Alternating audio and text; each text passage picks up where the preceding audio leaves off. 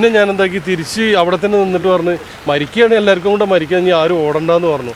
അങ്ങനെ ഓടി അവിടുന്ന് ഞങ്ങൾ തിരിച്ചെത്തി. അവിടെ നിൽക്കുന്ന സമയത്താണ് പിന്നെ അങ്ങനെ എന്താക്കി അവിടെ എല്ലാവരും കൂടെ അങ്ങ് നിന്ന് ജീവൻ കിട്ടുകയാണെങ്കിൽ കിട്ടട്ടെ ഇല്ല എന്ന് പറഞ്ഞിട്ട്. പക്ഷേ എനിക്ക് പിടിച്ചു നിൽക്കാൻ പറ്റാത്ത അവസ്ഥയിലായിപ്പോയി ഞാൻ. അതായത് ഈ പ്രായമുള്ളവരും സ്ത്രീകളും പൊട്ടിക്കരയുക, എങ്ങനെ രക്ഷിക്കുക, നൂറുക്കാർ രക്ഷിക്കുമെന്ന് പറയുന്ന സമയത്ത് ലാസ്റ്റ് ഞാൻ എന്താക്കി ഞങ്ങൾ രക്ഷിക്കുമെന്ന് പറഞ്ഞിട്ടാണ് പൊട്ടിക്കരഞ്ഞത്. ഏകദേശം ഒരു 1.5 മണിക്കാണ് നമുക്കൊരു ബോംബ് പൊട്ടുന്ന പോലെ സൗണ്ട് വരുന്നത്.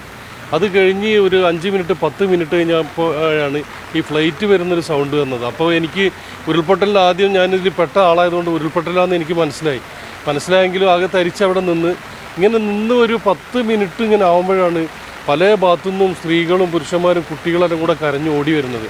ഓടി വന്ന് എന്നോട് പറഞ്ഞ് ഞങ്ങളെ രക്ഷിക്കുന്നതാണ്. പക്ഷേ ഞാനും ഇവരെപ്പോലെ ആകെ സ്റ്റക്കായി നിൽക്കുന്നൊരു സമയമായിരുന്നു.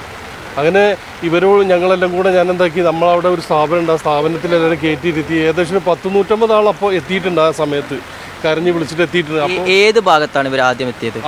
ആദ്യം എത്തിയത് മുണ്ടക്കായിൽ 10 ഏക്കർ എന്ന് പറയുന്ന ഒരു ഏരിയ ഉണ്ട്. നമ്മൾ ചൂരൽമലയിൽ പോയിന്ന് ബസ് തിരിക്കുന്നതിൻ്റെ മുകളിൽ അവിടെ എത്തി. അങ്ങനെ ഞാൻ പറഞ്ഞു നിങ്ങളെല്ലാവരും സമാധാനം നിൽക്ക്, നമുക്കൊന്നും സംഭവിക്കില്ല എന്ന് പറഞ്ഞ് ഇങ്ങനെ സംസാരിച്ച് നിൽക്കുന്ന ഇടയിലാണ് വീണ്ടും എന്താക്കുന്നത്, ഒരു 10-20 മിനിറ്റ് കഴിഞ്ഞപ്പോൾ അതിലും ഭയങ്കര സൗണ്ടിൽ ഇത് ഉരുൾപൊട്ടി ഒഴുകി വരുന്നത്. അതിൽ അവരോട് ഞാൻ പറഞ്ഞു നിങ്ങളൊരു കാര്യം ചെയ്യും, നിങ്ങളെല്ലാവരും കൂടെ നമുക്കെല്ലാവർക്കും ഓടാന്ന് പറഞ്ഞു. ഞാൻ ഓടാന്ന് പറഞ്ഞ സമയത്ത് ഒന്ന് ഓടിയെങ്കിലും പിന്നെ ഞാൻ എന്താക്കി തിരിച്ച് അവിടെ തന്നെ നിന്നിട്ട് പറഞ്ഞ് മരിക്കുകയാണെങ്കിൽ എല്ലാവർക്കും കൂടെ മരിക്കാൻ ഇനി ആരും ഓടണ്ടെന്ന് പറഞ്ഞു.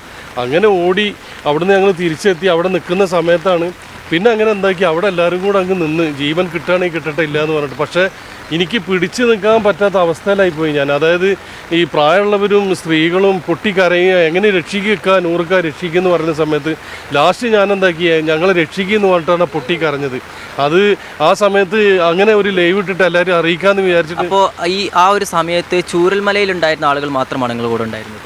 അല്ല, എൻ്റെ കൂടെ മുണ്ടക്കായിലുള്ള ആളുകൾ മാത്രം എൻ്റെ കൂടെ ഉണ്ടായി. ചൂരമലയിൽ ആരുമില്ല. പക്ഷേ ഞാൻ എന്താക്കി ഫോണിലൂടെ വിളിച്ച് പറയുന്നുണ്ട്, വലിയ സൗണ്ട് വരുന്നുണ്ട്, എല്ലാവരും ഓടിക്കോളൂ എന്ന് ഇവരോടും വിളിച്ചോളൂ. അങ്ങനെ ഇവിടുന്ന് കുറേ ആളുകൾ ഓടി രക്ഷപ്പെട്ടിട്ടുണ്ട്, അതെനിക്കറിയാം. അപ്പോൾ ഈ മുണ്ടക്കയിൽ ഈ ഒരു സംഭവം നടക്കുമ്പോൾ ഒരുപാട് ആളുകൾ വീടുകളിനുള്ളിലൊക്കെ ഇരിക്കും. ആ ഭാഗത്ത് നിന്ന് ആരെങ്കിലും രക്ഷപ്പെടുന്നതായിട്ടോ അല്ലെങ്കിൽ ഇത്തരം ഭാഗം മുകളിലേക്ക് കയറുന്നതായിട്ടോ നിങ്ങൾക്ക് വല്ല അറിവുണ്ടായിരുന്നു? എങ്ങനെ ആളുകൾ എങ്ങോട്ട് ഓടിക്കയറുന്നത്? നിങ്ങളെ കൂടെ ഇപ്പോൾ 100ഓളം ആളുകൾ ഉണ്ടായിരുന്നു. ബാക്കി നമുക്കറിയാം മുണ്ടക്കയെ സംബന്ധിച്ച് അത്രയും ജനവാസ മേഖലയാണ്. അപ്പോൾ ബാക്കിയുള്ള ആളുകളെ കുറിച്ച് എന്തായിരുന്നു? ബാക്കിയുള്ള ആളുകൾ അന്ന് വൈകിട്ട് കുറച്ചാളുകൾ അവിടുന്ന് മാറിയിട്ടുണ്ട്. പക്ഷെ ബാക്കി വീട്ടിലുള്ള ആളുകളൊക്കെ ഈ ഉരുൾപൊട്ടലിൽപ്പെട്ട് അവർക്ക് ഓടാനൊന്നും പറ്റിയിട്ടില്ല. അങ്ങനെ പുറത്ത് ഓടിയിട്ടുള്ളവരാണ് നമുക്ക് ബോഡിയൊന്നും കിട്ടാതെ അവരെ കാണാത്തതെന്നാണ് എൻ്റെ ഒരു അഭിപ്രായം. അപ്പോൾ ആദ്യഘട്ടത്തിൽ ഈ ശബ്ദം കേട്ട് പുറത്തിറങ്ങിയ ആളുകളാണ് ഇപ്പോൾ ഒലിച്ചു പോയി താഴ്ഭാഗത്ത് നിന്ന് കിട്ടുന്നത്. അതെ, അതായത് ഈ സ്റ്റാർട്ടിങ്ങിൽ സൗണ്ട് കേട്ട് വീടിന്ന് എല്ലാവരും ഓടി ഇറങ്ങുന്ന സമയത്താണ് രണ്ടാമത് പേരെ കൂടുതൽ വരുന്നത്. ഈ ബാക്കിൽ ഇത് വരുന്നത്, അതിൽ ഇവർക്ക് രക്ഷപ്പെടാൻ പറ്റില്ല. അങ്ങനെ ഇവരൊക്കെ ഒഴുക്കിൽപ്പെട്ട് ചാലിയാറും നിലമ്പൂരും ഭാഗത്തേക്ക് എത്തിയെന്നാണ് എൻ്റെ ഒരു നിഗമനം. അതായത് നമ്മളിപ്പോൾ ഈ വീട്ടിൽ 5 ആളുണ്ട്, ഈ വീട്ടിൽ 10 ആളുണ്ടെന്നാണ് JCB ഇറ്റാച്ചും വെച്ച് ഉദ്യോഗസ്ഥന്മാരും നമ്മളെ നാട്ടുകാരും എല്ലാവരും നോക്കുന്നുണ്ട്. പക്ഷെ എന്താ സംഭവിക്കുന്നത്, വീട് ക്ലീൻ ചെയ്ത് മാന്തി പുറത്തെടുത്ത് നോക്കുമ്പോൾ ആരും കാണാനില്ല. അപ്പോൾ എൻ്റെ ഒരു അഭിപ്രായത്തിൽ ഇവരൊക്കെ അതിൽ ഓടി രക്ഷപ്പെടാൻ വേണ്ടി ഓടുന്നതിൽ. ഇപ്പോൾ നിങ്ങൾ മേപ്പാടി ഗ്രാമപഞ്ചായത്തിൻ്റെ ഭരണസമിതിയിലുള്ള അംഗം കൂടിയാണ്. നമുക്കറിയാം കഴിഞ്ഞ ഒരു 5 വർഷത്തിനിടയ്ക്ക് 3ാമത്തെ ഉരുൾപൊട്ടലാണ് ഈ ഒരു ഭാഗത്ത് നടക്കുന്നത്. അപ്പോൾ ദുരന്തമുണ്ടാകാൻ അല്ലെങ്കിൽ ശക്തമായ മഴ പെയ്യുന്ന സമയത്ത് ഈ ഭാഗത്തുള്ള ആളുകളെയൊക്കെ അല്ലെങ്കിൽ ബന്ധുവീടുകളിലേക്ക് മാറണം എന്നുള്ള നിർദ്ദേശങ്ങളൊക്കെ അതിന് മുമ്പ് തന്നെ കൊടുത്തതായിട്ട് നമുക്കറിയാം. അപ്പോൾ അത്തരം നിർദ്ദേശങ്ങൾ കൊടുത്തിട്ടും ഇവർ വീടുകളിൽ തന്നെ കഴിയുകയായിരുന്നു എന്നാണ്. അത്തരം നിർദ്ദേശങ്ങൾ നമ്മൾ കൊടുത്തിട്ടുണ്ട്. ഞാൻ എൻ്റെ വാട്സാപ്പിൽ ഗ്രൂപ്പിൽ എല്ലാവരോടും വോയിസ് ഇട്ടിട്ടുണ്ട്. തോട് വക്കാണ്, നിങ്ങൾ രക്ഷപ്പെടണം, മഴയാണ്, എന്തായാലും പുഴൻ്റെ അരികിലുള്ളവർ വെള്ളം അടിച്ച് കയറുന്നൊക്കെ പറഞ്ഞു. പക്ഷേ അതിൽ കുറച്ചാളുകൾ എന്താക്കി സ്വന്തം വീട് വിട്ടു പോകാൻ മനസ്സ് കാണിക്കാൻ നിന്ന്. പക്ഷേ കുറച്ചാളുകൾ ഇന്നലെ എന്നെ കണ്ടിരുന്നു, സ്കൂളിൽ നിന്ന് കണ്ടിരുന്നു. അവർ പറഞ്ഞ് നൂറുക്ക നിങ്ങളത് പറഞ്ഞതുകൊണ്ട് ഞങ്ങളൊക്കെ ജീവൻ തിരിച്ചു കിട്ടിയെന്ന് എന്നെ കെട്ടിപ്പിടിച്ച് അവർ കരഞ്ഞ്. പക്ഷെ മറ്റവരെന്താക്കി ഞാൻ വേറെയുള്ളവരെ ഫോണിൽ വിളിച്ചപ്പോൾ പറഞ്ഞു മെമ്പറെ വലിയ മഴയൊന്നുമില്ല, പ്രശ്നമൊന്നുമില്ല, എന്തായാലും ഒന്നും ഉണ്ടാവില്ല എന്നും പറഞ്ഞു. അപ്പം നമ്മളത് എത്ര എന്താക്കി കുഴപ്പമില്ല എന്നുള്ളതിൽ വിട്ടുപോയി. പക്ഷേ നമുക്ക് എല്ലാവർക്കും മെസ്സേജ് ഞാൻ കൊടുത്തിട്ടുണ്ട്. അതായത് വോയിസ് ഒരു 6 മണി 6-7 മണിക്ക് നിങ്ങളെല്ലാവരും രക്ഷപ്പെടണം, പുഴവക്കാണ്, നമ്മൾ ഇവിടെ നിൽക്കരുത്. അത് പറയാൻ കാരണം ഞാൻ ഉരുൾപൊട്ടലിൽ പെട്ട ആളായതുകൊണ്ട് എനിക്കിതിൻ്റെ അഗാധം അറിയാം.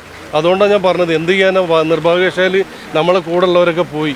അതാണ് ഇപ്പോൾ മുണ്ടക്കൈ ചൂരൽമല ഭാഗത്തുള്ള ഒരു വ്യക്തമായ ഒരു ചിത്രം നമുക്ക് കിട്ടിയിട്ടുണ്ട്. പക്ഷെ ഇപ്പോഴും അവ്യക്തമായി നിൽക്കുന്നത് ഈ പുഞ്ചിരിമറ്റം ഭാഗത്ത് ഒരുപാട് കുടുംബങ്ങൾ. ഇപ്പം ഞങ്ങളിപ്പോൾ അവിടെ പോയി വരുമ്പോൾ അവിടുത്തെ വീടുകൾ പകുതിയിലധികവും വീടുകൾ നഷ്ടപ്പെട്ടിട്ടുണ്ട്. അപ്പോൾ അവിടെയുള്ള അല്ലെങ്കിൽ ബാക്കിയുള്ള വീടുകൾ കേടുപാടുകൾ ഇല്ലാത്ത വീടുകളുണ്ട്. അപ്പോൾ അവിടെയുള്ള ആളുകളെ കുറിച്ച് എങ്ങനെയാണ് അറിവുണ്ട്? കേടുപാടുകളില്ലാത്ത വീടുകളിൽ നിന്നുള്ളവർ കുറേയൊക്കെ നമ്മളെ ക്യാമ്പിലും ചില ആളുകളെ വീട്ടിലൊക്കെ ആയിട്ട് അവരുണ്ട്. അവരൊക്കെ സേഫാണ്. അവരൊക്കെയാണ് നമ്മളവിടെ ഓടി വന്ന ആൾക്കാർ. അവരൊക്കെ മേപ്പാടി ഹൈസ്കൂളിലും 2-3 സ്ഥലത്തായിട്ടുണ്ട്. കുഴപ്പമൊന്നുമില്ല. ഈ പുഞ്ചിരിമറ്റം ഭാഗത്ത് ഇനി നമുക്ക് എത്ര ആളുകളെ കാണാതായിട്ടുണ്ടാവില്ല? എത്ര പുഞ്ചിരിമറ്റം ഭാഗത്ത് ശരിക്കും പറയുകയാണെങ്കിൽ നമുക്ക് ഒരു 10-20 ഒരു 4 ലൈൻസിലായിട്ട് ആസാമികളും ബംഗാളികളും ആയിട്ട് ഒരു 10-25 പേരുണ്ട്. പിന്നെ അതിൻ്റെ ഒരു ക്യാപ്പിലായിട്ടാണ് ഒരു കുടുംബം 10 ആൾ, ഒരു കുടുംബം 11 ആൾ, അതിൻ്റെ നേരെ താഴെ ഒരു 3 ആൾ, പിന്നെ മരിച്ച ഉസ്മാൻ കാക്ക എന്ന് പറയുന്നവരുടെ ഭാര്യ, അവരുടെ മോന്, അവരുടെ മക്കൾ, ഇവരൊക്കെ ഇനിയും കിട്ടാനാണ്. പക്ഷെ ഈ ആളുകളൊക്കെ പുഞ്ചിരിമറ്റത്ത് താമസിച്ചവർ. അതെ, പുഞ്ചിരിമറ്റം നമ്മളെ പള്ളിയുടെ മസ്ജിദിൻ്റെ ഒക്കെ പരിസരത്തായിട്ട് അവിടെ താമസിച്ച ആളുകളാണ്. അതുകൊണ്ട് ഇവരൊന്നും കിട്ടാത്തതുകൊണ്ട് ഇപ്പോഴും നമ്മൾ കണക്ക് കൂട്ടുമ്പോൾ നമുക്ക് ഇനിയും 10, 40, 50, 60 ആളെ കിട്ടാനുള്ള പോലെ തന്നെയാണ് ഉള്ളത്. നിലവിലുള്ള കണക്കനുസരിച്ച് ആ ഭാഗത്ത് നിന്ന് 40-50ഓളം ആളുകളെ ഇനിയും നമുക്ക് കിട്ടാനുണ്ട്. ഒരു 50-ൽ കൂടുതൽ ആളുകൾ ഇപ്പം ഞങ്ങൾ അവിടെ പോയി ഇരുന്നൊന്ന് കണക്ക് നോക്കുമ്പോൾ 50-ൽ കൂടുതൽ ആളുകളെ കിട്ടാനുണ്ട്. ഒരു സ്ഥലത്ത് ആ പാടി നിന്ന സ്ഥലത്തു നിന്നാണ് ഇപ്പോൾ നമുക്ക് 2 ബോഡി കിട്ടിയത്. ആ ഭാഗത്ത് ഇനിയും ബോഡി ഉണ്ടാവും എന്നാണ് പറയുന്നത്. ഇനി ആളുകൾ നമുക്ക് എന്താ കണക്കിൽ 19 ആളെ കിട്ടാനുണ്ട്. അതിപ്പോൾ കിട്ടിയിട്ടുണ്ട്. അതാ ഞാനവിടെ ഉണ്ടായിരുന്നു. ഒരു ചെറിയ കുട്ടീൻ്റെയും അമ്മൻ്റെ ഒരു ബോഡി കിട്ടിയിട്ടുണ്ട് ഇപ്പോൾ ഒരു അരമണിക്കൂർ മുമ്പ്. നിലവിൽ നടക്കുന്ന രക്ഷാപ്രവർത്തനത്തിൽ ഒരു നാട്ടുകാരൻ എന്ന നിലയ്ക്ക് നിങ്ങൾക്ക് എത്രമാത്രം? എനിക്ക് ഈ നടക്കുന്ന രക്ഷാപ്രവർത്തനത്തിൽ ഞാൻ വളരെ തൃപ്തവാനാണ്. നമ്മളെ ഗവൺമെൻറ് ആയിക്കോട്ടെ, നമ്മളെ ആളുകളായിക്കോട്ടെ, എല്ലാ ആളുകളും ഒരാളെയും പേരെടുത്ത് നമുക്കിതിലൊന്നും പറയാനില്ല. എല്ലാ ഭാഗവും എന്തെങ്കിലും ഒരു കുറവ് വരുമ്പോൾ എന്തുണ്ട്, എല്ലാം അവിടെ നികത്താനുള്ള എല്ലാ കാര്യങ്ങളും എല്ലാവരും ഒരുമിച്ച് നിന്ന് ചെയ്യുന്നുണ്ട്. എല്ലാവരോടും നന്ദിയും കടപ്പാടുള്ളൂ.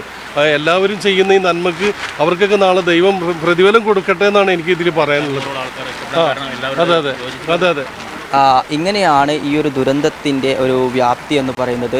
തുടക്കം മുതൽ ഒരുപാട് ആളുകൾ ഒറ്റപ്പെടുകയും പിന്നീട് രക്ഷാപ്രവർത്തനത്തിൽ ഏർപ്പെട്ടു. അപ്പോൾ ഇങ്ങനെ ഈ ഒരു CK നൂറുദ്ദീൻ വിശദീകരിച്ചതുപോലെ ആ ഒരു ദുരന്തത്തിൻ്റെ സമയം മുതൽ ഈ ഒരു സമയം വരെയുള്ള കാര്യങ്ങളാണ് അദ്ദേഹം വിശദീകരിച്ചത്.